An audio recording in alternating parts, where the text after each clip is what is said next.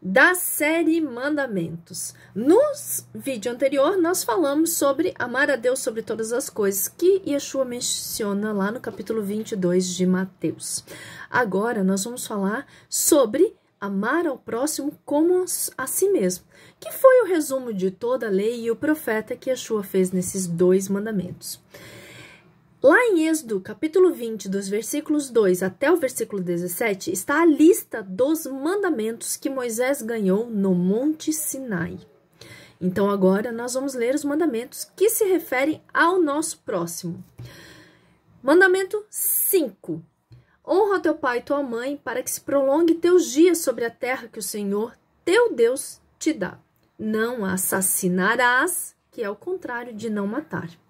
Não cometerás adultério, não furtarás, não darás falso testemunho contra o teu próximo, não cobiçarás a casa do teu próximo, não cobiçarás a mulher do teu próximo, nem o servo, nem a serva, nem o boi, nem o jumento, nem coisa alguma que pertença ao teu próximo.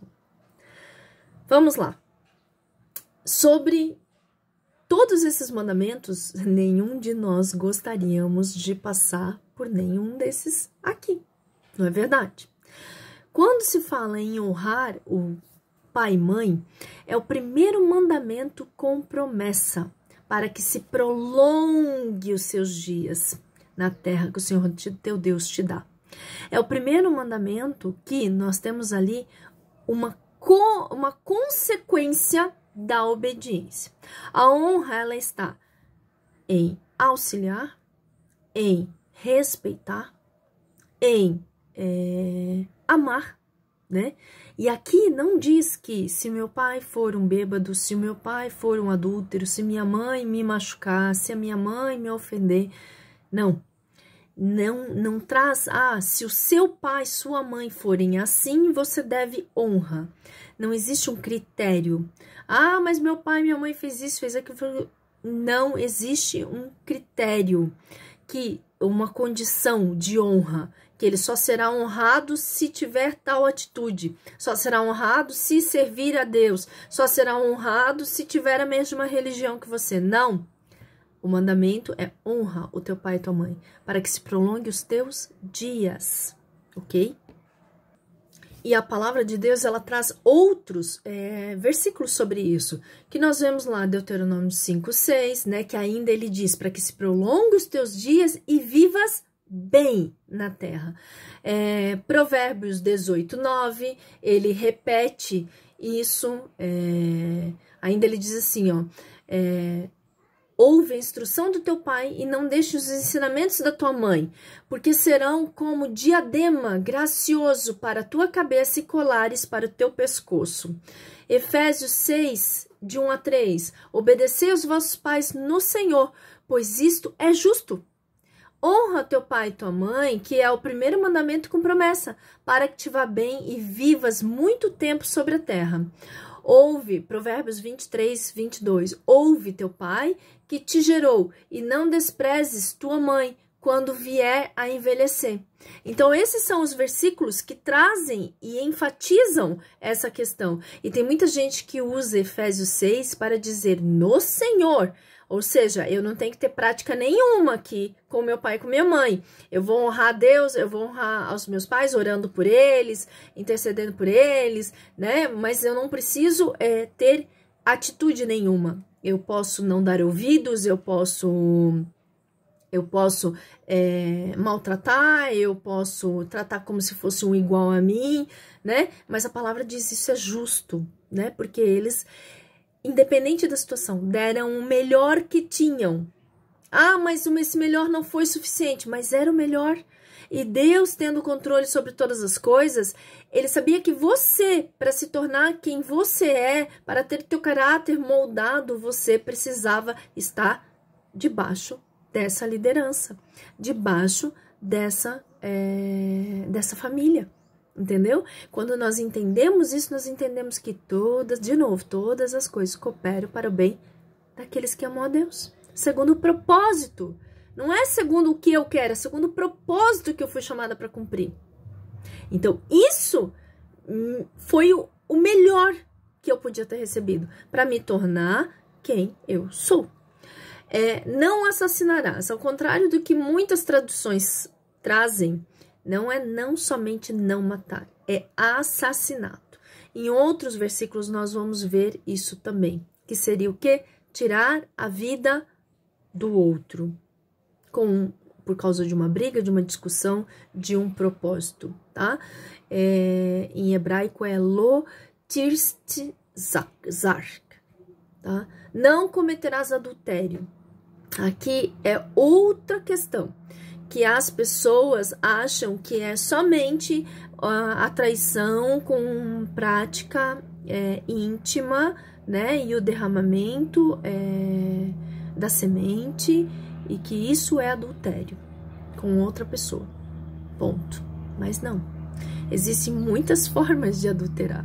Por exemplo, vamos para as coisas básicas. Adulterar um combustível, colocar água dentro dele, não é mesmo? Adulterar ou falsificar uma assinatura é uma adulteração. Hoje a lei já prevê nos relacionamentos o adultério virtual, né? Inclusive prevê outras coisas também. Vamos ver, mentira é um tipo de adultério, porque você engana, né? É uma traição. Que mais? Bom, enfim, existem muitas outras práticas de adultério, que não se relaciona somente ao relacionar, só ao casamento ou às relações interpessoais, né?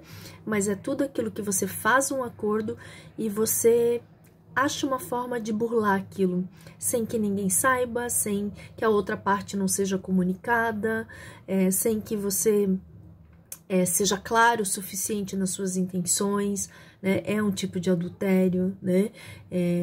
Sempre visa o bem daquele que está cometendo essa prática e nunca visa o bem-estar do comum. Então, qualquer acordo que você fizer e você quiser mudar ou dizer que não foi bem isso que você quis, que não era bem isso que as coisas precisavam ser, e você não fez isso de acordo com a lei, de acordo com um consenso entre a outra parte, é adultério.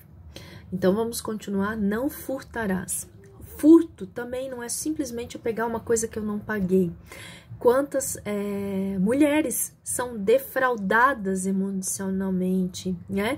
São furtadas nas suas finanças, no seu emocional, né? Quantas pessoas são furtadas no seu tempo porque são enganadas, né?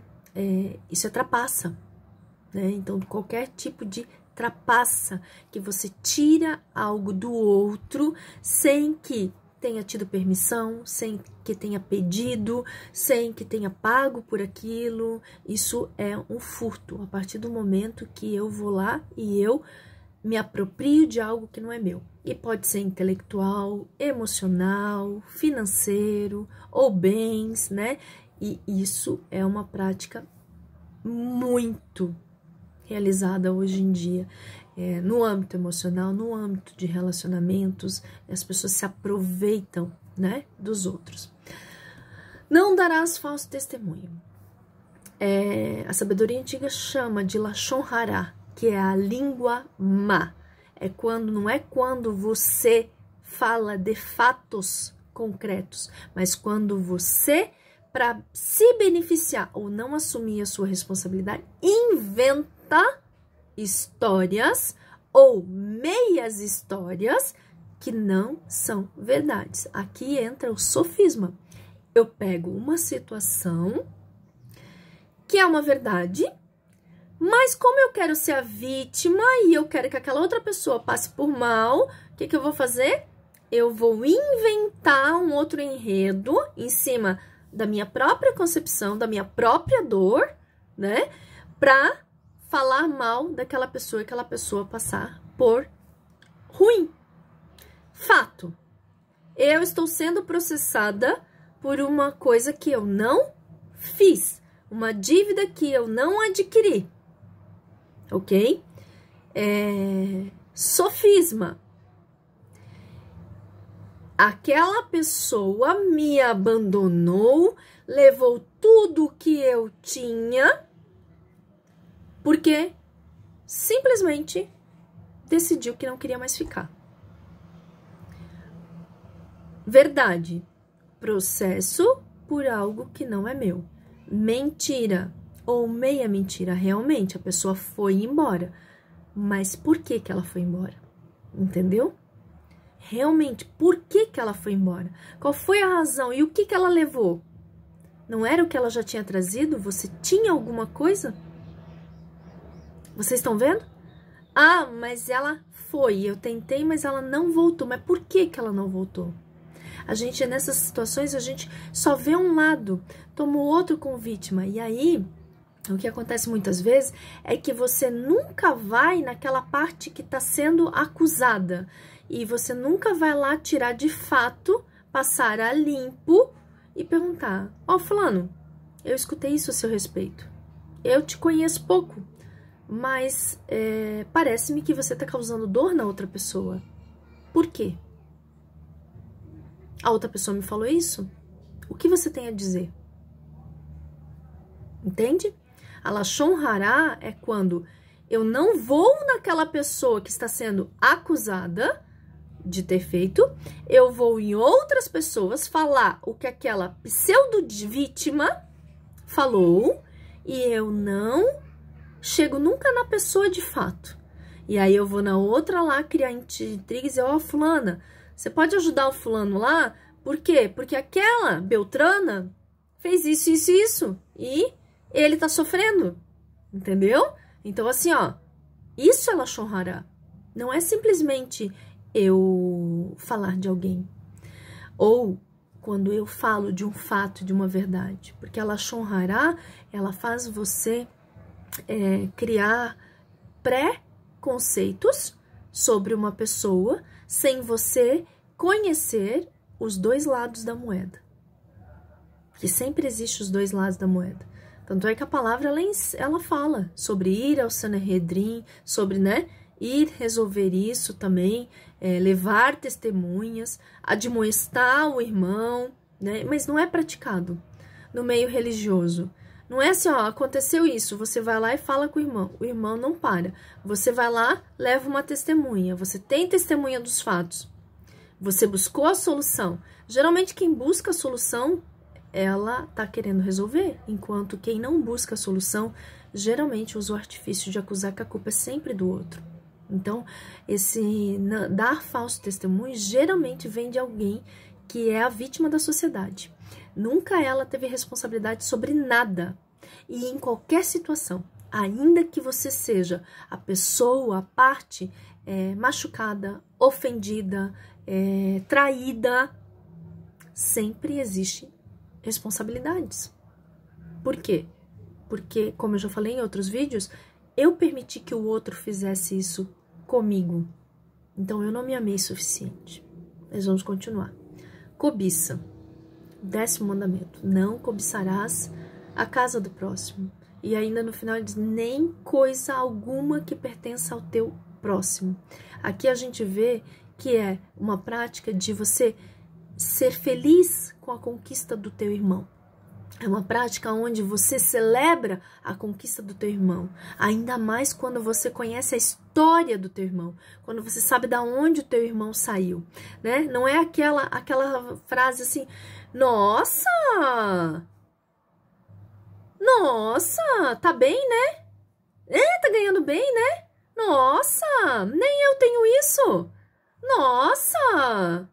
E ficar ali o tempo todo olhando, monitorando, controlando o que o outro faz, ao invés de celebrar: poxa, que legal! Olha só pra tua vida, eu tô muito contente com você. Eu tô muito contente porque isso aqui é resultado do teu esforço, né?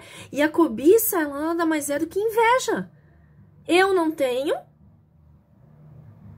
e não quero que você tenha. Ou eu tenho, mas você ter me incomoda.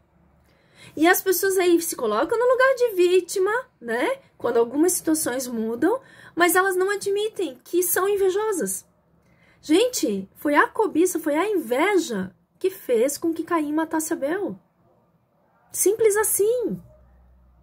E as pessoas hoje em dia não se veem. Sabe quantas vezes eu já ouvi coisas desse tipo. Por quê? Porque o meu crescimento, a minha evolução incomodava algumas pessoas que me cercavam.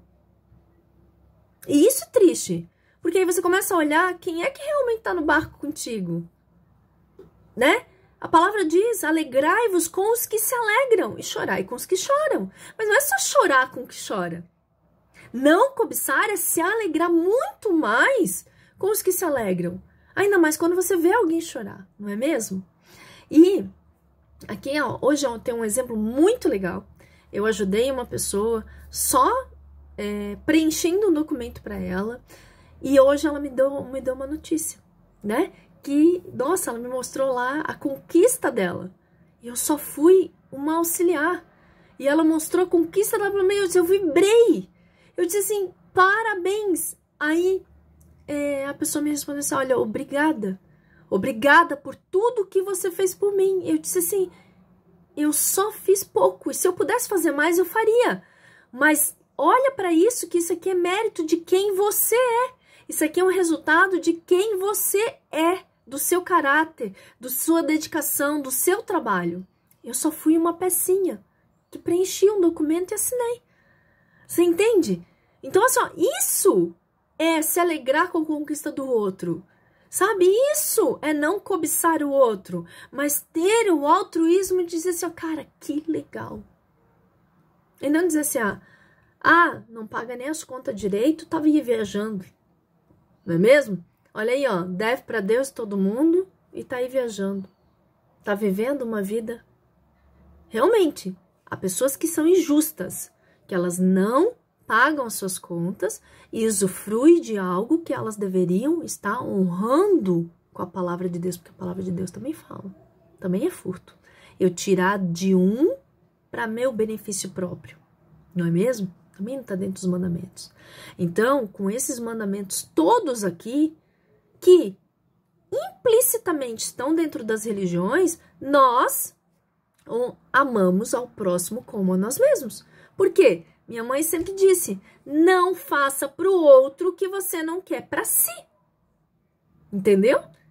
Então, se eu não quero que alguém tenha inveja de mim, que alguém fale mal de mim, sem eu ter culpa, que alguém venha e roube meu tempo, roube a minha vitalidade, que alguém venha e me traia, me engane, que alguém venha, né, e me assassine. Na sabedoria antiga, esse assassinar existem vários tipos, não é somente tirar a vida de uma outra pessoa, mas é fazer ela passar vergonha, é humilhar ela na frente dos outros. Isso tudo no hebraico, nessa palavra, lo tirtzak, tá incluído nessa palavra ali, que é humilhação, é vergonha, né?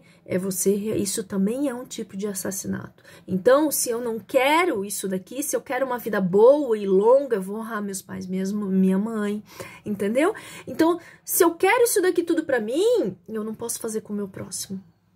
Isso aqui é o que Yeshua falou, amar ao próximo como a si mesmo. Então, antes de eu dizer que todos os mandamentos não servem mais, antes de eu dizer que tudo isso daqui Yeshua substituiu pela graça, que eu possa olhar a palavra de Deus e olhar lá o que Yeshua disse em Mateus 5 e dizer assim, não, ele colocou rigor para os discípulos que o seguiam, todos os que seguiam. E ele disse que diferença tem vocês dos fariseus e saduceus, se vocês não excederem e muito no que eles fazem, porque eles eram pessoas que cumpriam o rito da lei, todinho, todas as cerimônias, impecavelmente. Nós vamos ver isso quando nós temos lá um fariseu orando e uma pessoa humilde orando, entendeu? Nós vamos ver que é impecável por fora, por dentro muitos são sepulcros caiados. Que a palavra também fala sobre isso. Então, nós não podemos pegar só da palavra de Deus o que nos convém. Nós temos que ser sinceros e saber que nós servimos a um Deus de ordem, que criou todas as coisas, que Deus, sim, lá em Êxodo 20, que é a paraxá dessa semana, né? Mishpatim, que deu todas as ordenanças, todas as regras de vivermos em sociedade, como que nós devemos nos comportar conosco para com os outros, né? Então, assim, que nós possamos realmente mergulhar na palavra de Deus, na sua essência, no original dela, não para criar novas leis, novas religiões, nada disso, mas para vivermos, porque tudo começa comigo, com a minha vida, com a minha casa, com a minha atitude, com o meu caráter, não com o outro. Com o outro é um reflexo do que eu sou, da onde eu vivo, o que eu aceito. Então, que nós possamos parar de negligenciar o que está escrito e que o filho não pode abolir o que o pai fez. Ele não veio com essa autoridade. Ele veio para nos mostrar a Torá do Eterno, que era restrita a um seleto grupo de pessoas, que era restrita a essas pessoas. Ele trouxe para que todos tivessem acesso à vida, a vida em abundância, uma água pura que matava a sede, que transformava as pessoas, que a sua santidade, a sua presença impactava elas e elas jamais voltavam a ser como elas eram antes. E que elas entendiam ali, era um rasgar sobrenatural da sua vida, que elas entendiam verdadeiramente o que era servir a Deus acima de todas as coisas e amar o seu próximo como a si mesmo. Todos os profetas falaram disso daqui. Todos eles viveram isso daqui. Jesus é judeu. Yeshua é o nome dele. Jesus foi o que foi traduzido para as nações. Yeshua é o seu nome, que é a salvação, que significa a salvação. Nasceu judeu, morreu judeu, viveu judeu.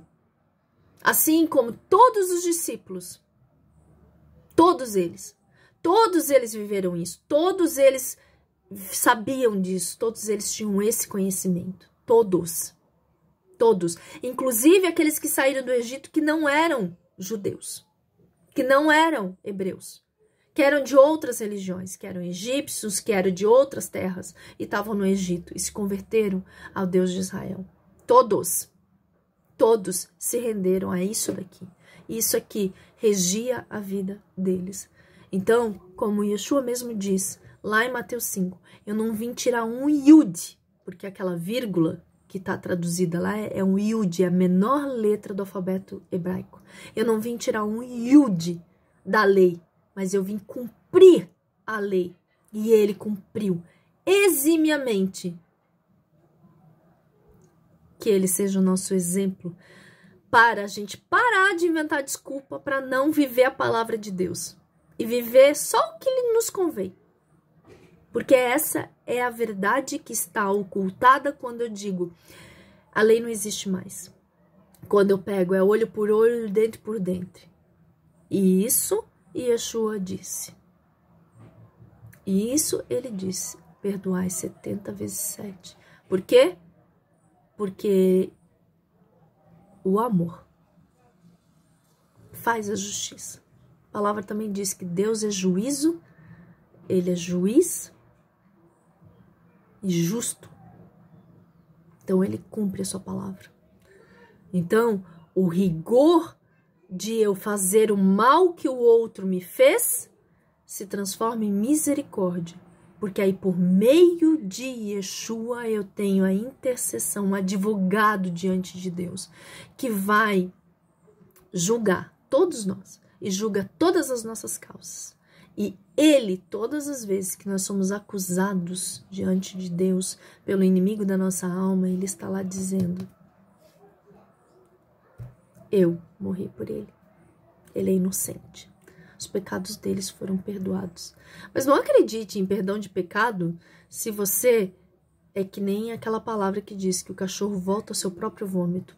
Não acredite em perdão de pecado se você vai lá, lava, se limpa, é adornado e daqui a pouco tá lá se lambuzando na lama de novo do pecado, da sujeira. Porque a graça me salva. Não acreditem nisso, porque quando Yeshua voltar, nós vamos ter muitas surpresas. Que o Eterno te abençoe e te guarde. Shalom, shalom.